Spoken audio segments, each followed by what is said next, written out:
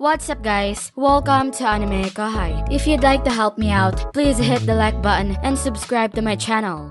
I had worried that my comments might have been inappropriate, but if they helped lift Kigali's and Sylvia-san's spirits even a little, then I had done well. And so, our late-night conversations continued, as we focused on overcoming today's sorrows to prepare for tomorrow's battles. Upon Feldway's return to the Heavenly Star Palace, he found Michael had also just arrived. Looks like you took quite a beating, Feldway remarked. Yeah, something unexpected happened. I went to eliminate the traitor Abra, but my castle guard failed. Michael replied. What? I had no issues with mine. Feldway said, puzzled. That's probably it. These powers are fundamentally linked. Since you've made your loyalists phantoms, no one likely knows about me. Michael explained. But what about me? Feldway asked. That goes against the skill's core principles. Naturally, your allegiance is nullified. Michael responded with a chuckle. Their conversation flowed casually, despite the seriousness of the topics discussed. Feldway was surprised by Michael's inability to use the castle guard, but since Michael had managed without severe harm, it wasn't a big concern. What worried Feldway more was Obera's next move and the eventual outcome. So, what happened with Obera? Unfortunately, she got away. Her subordinates were incredibly loyal and managed to shield her effectively. Michael reported, seemingly unaffected by the loss of valuable assets, despite having killed them himself. The soldiers under Obera were exceptional. It's a pity to lose such a force. Feldway commented, his tone indifferent. In truth, Obera's troops were loyal solely to her, so their loss didn't matter to him. It wouldn't impact the castle guard, so he decided it wasn't an issue. This cold rationality was why Feldway wasn't well liked, but he didn't mind and continued his pragmatic approach. He had changed from his past self, with no trace of his former ways. Now then. Michael shifted the topic, eyeing the newcomers, Leon and Jahil, noting their reduced numbers post-battle. He nodded and continued. We need a chain of command for our forces. Feldway, as Supreme Commander, we should consider who falls under your command. What do you think? Yes, now that we have concluded negotiations with the last person, we should plan our actions before launching the full-scale invasion. Feldway agreed. Thus, the main members of the Celestial Realm, minus Zelenus's forces, gathered in the audience hall. Feldway began by presenting the outcomes of their current operations. Michael nodded in agreement, already familiar with the details, making this a formality for Dino. I see, so Aurea died in action. Dino said absently. In reality, she had been devoured by Vega, a fact omitted in the discussion. Though Dino barely knew her, she was still a comrade. He closed his eyes, silently praying for Aurea's soul, feeling it was right to mourn her. Pico, Gracia, and Mai followed suit, while the others remained expressionless. No one questioned the fragile bonds between them, and the meeting proceeded without further delay. Feldway took charge of the meeting. Michael, choosing not to intervene, observed quietly. The main agenda was assigning positions to ensure a clear hierarchy before their major invasion. Vega seemed eager, while the others displayed a lack of interest. Dino, particularly unenthusiastic, tried to blend into the background to avoid responsibilities. Feldway began his announcements. Michael was the supreme leader. Feldway himself was designated as Commander-in-Chief and Chief Executive Officer. Velzard was assigned the role of advisor and given the freedom to move, primarily to counter Guy's movements. Among the others, only 9 were deemed strong enough to be commanders, with Zalerio being the most notable. There was also one more, a friend and old acquaintance of Feldway who wasn't present. Including him, there were 10 commanders. Typically, commanders needed tactical acumen, but on this battlefield, sheer strength was what counted. Feldway believed that establishing a hierarchy based on power was sufficient, leaving the rest to the commander's judgment. Although flawed, this approach had worked so far. So, without hesitation, Feldway established a hierarchy of strength. The strongest, besides himself, was his absent friend, followed by Zalerio and Jahil. He decided these 3 would become the new 3 Phantom Commanders. First, we will form the new 3-star commanders to replace the 3 Phantom Commanders. As generals of Veldanava-sama,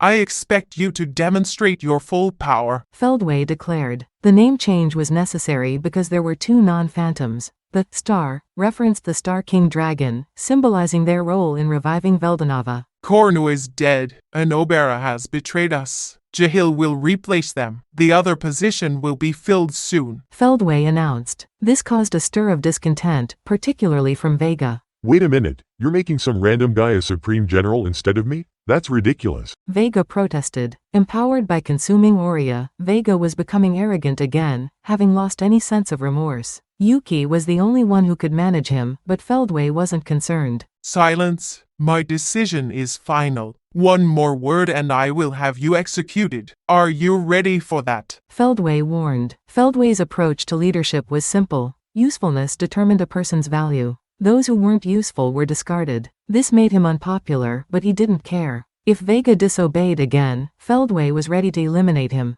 Sensing Feldway's overwhelming strength, Vega, realizing he wasn't yet a match, retreated quietly. Sorry about that. I just wanted to impress you. Vega said, masking his dissatisfaction. However, he perked up at Feldway's next words. Don't be disheartened. I value you, which is why I am making you the head of the 7 Angels of Death. Feldway announced. The 7 Angels of Death were supposed to be ultimate skill holders of the angelic lineage, but there weren't enough of them. Feldway, unconcerned with details, grouped the remaining main force under this name. Originally, Kigali and Obara were to be part of the 7 Angels, with Vega included as one of the 4 star commanders. Mai and Aurea were initially intended as support. However, the plan had changed drastically. Ultimately, Zelario, Jahil, and one more would be the 3 star commanders. The 7 Angels now included Leon, Dino, Pico, Gracia, Arios, and Mai Faruqi, with Vega leading them. Now, the 3 star commanders were set to lead their respective corps, while the 7 Angels would handle both solo and group missions.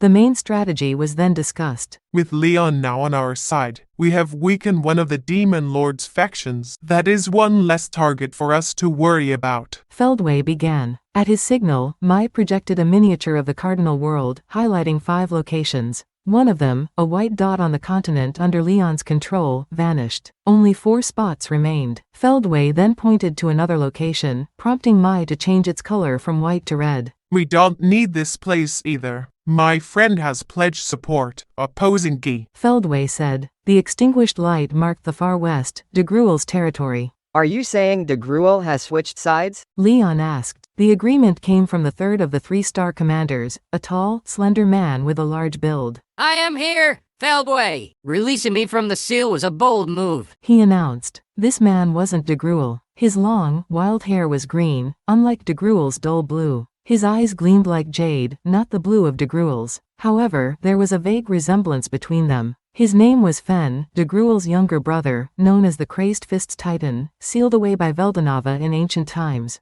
Dino, typically relaxed, was the first to react. You actually freed Fen from Gleipnir? Even with de Gruel being so cautious, Feldway, what are you thinking? Dino exclaimed, unusually harsh. Relax, Fen and I are allies. Our goals align, and Feldway began, insisting on Fen's immense power. Fen's magicules, not hidden, emanated supreme energy, overwhelming the others. His existence value exceeded 60 million, rivaling the true dragons. However, others besides Dino were uncomfortable with Fen. An ancient evil deity. Even I, let alone the divine ancestor, wouldn't want to deal with this tyrant. Jahil spat angrily. He didn't know Fen personally but had heard stories from the divine ancestor. To Jahil, Fen was second only to the world-destroying dragon Ivaraj in malevolence. Facing this legend in reality made Jahil feel nauseous. But Fen didn't mind. Smiling, he put an arm around Jahil's shoulders and whispered, Hey, we're all friends here, right? Let's get along. I heard you're one of the 3 star commanders too. Unlike the rest, you've got potential. You're fit to be my servant. This blatant disrespect made Jahil tremble with humiliation. For someone who saw himself as an emperor, being looked down upon was unthinkable. Yet he couldn't protest. The weight of Fen's arm was oppressive. Cold sweat broke out on Jahil's forehead, and he sank back into his chair.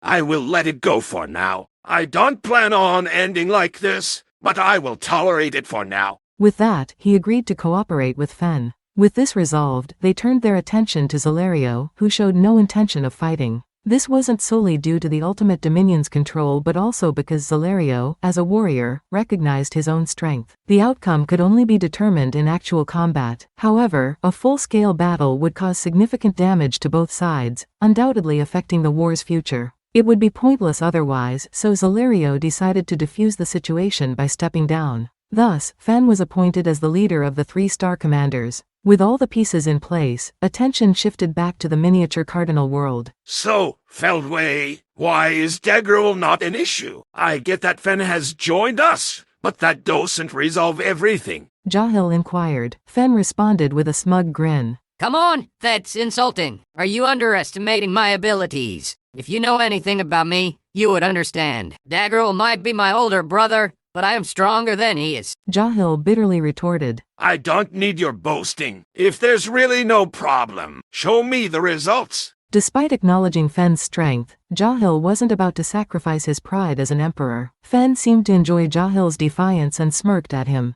Even knowing who I am, you still talk that way. Fine, I will live up to your expectations. Fen's smile widened. Since being sealed away by Veldanava in ancient times, he hadn't spoken to anyone. Despite this, he had been aware of the world's events through a connection with his brothers, Degruel and another. He understood that the world was on the brink of an era of civil war, a perfect environment for his violent tendencies. Feldway was the only one who visited Fen during his imprisonment, as Veldanava had entrusted him to do so. Over time, they became friends, sharing conversations and consulting each other. That's it for this video, guys. Thank you for always watching my videos and supporting my channel.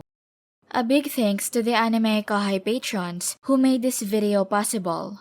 Jared Bressler, Chad Vota, Nate, Havox, Speed Saber, Curtis Loban, Judah Herrera, Justa Guy, Miss L.W. Hernandez, Jason Martin, Zach Rossan, Jerry Sladek, Ray Perez, Donald Williams, Moab A, Day of Light, John M, Godman Gaming, Markithian Tidwell, Adrian, Kumo, Sanketh Chelu, T. Bush, John L, Edgar Fuentes, JV, Thomas, J, Christ, Joshua Cousins, Vethelny, Khaled, Christian Deshazer, Cal Robs, Divine C. Harris, Panda Cats, DeAndre Nance, Monty Boy 98, D-Man, Ruben, Yuki Iki, Gray, Kamal Ebanks, Isaac, Koala King 93, Paul DeGrassi, Little 95, Quilly Buckner, Zephyras, Alver, Normal Defate, L, Gary Miles, Dragon Spawn 666, J. Rule, Liron Sangkap, Lucas Gay, Jason Martin, Ekotski, Foolish Prophets, Ethan Madison, Sky T, Diego Ginoza, Andre Hamilton, Guy Endsley, Simon Rode, Emperor WSA, Mika Espinosa, George Hage, Gobi Lin, Pratik Bandari, Arod Dare, Faiz Mansour, Jackson Early, Smexy, Carl Stephen Bernadal, Gareth Hashimoto, Steven Madison, Homelike Drop, Vasto Lord, Martin Ramos, Marl Barsha, Hansel Ortega, Karam Faraj, Efrain Hernandez,